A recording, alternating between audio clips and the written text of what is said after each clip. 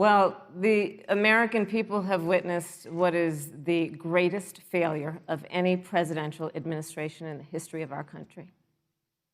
And here are the facts. 210,000 dead people in our country in just the last several months. Over 7 million people who have contracted this disease. 1 in 5 businesses closed. And they knew what was happening and they didn't tell you. Can you imagine if you knew on January 28th, as opposed to March 13th, what they knew, what you might have done to prepare? They knew and they covered it up. And in spite of all of that, today they still don't have a plan. They still don't have a plan. Well, Joe Biden does.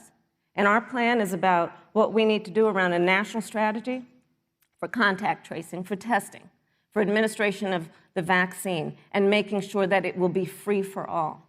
And our nation has gone through a very challenging time this year. But I want the American people to know that from the very first day, President Donald Trump has put the health of America first. Before, there were more than 5 cases in the United States, all people who had returned from China. President Donald Trump did what no other American president had ever done. And that was he suspended all travel from China, the second largest economy in the world. The reality is, when you look at the Biden plan, it reads an awful lot like what President Trump and I and our task force have been doing every step of the way.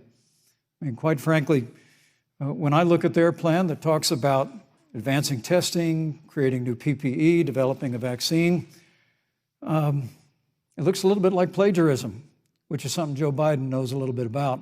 Senator Harris, would you like to respond? Absolutely. Whatever the vice president is claiming the administration has done, clearly it hasn't worked.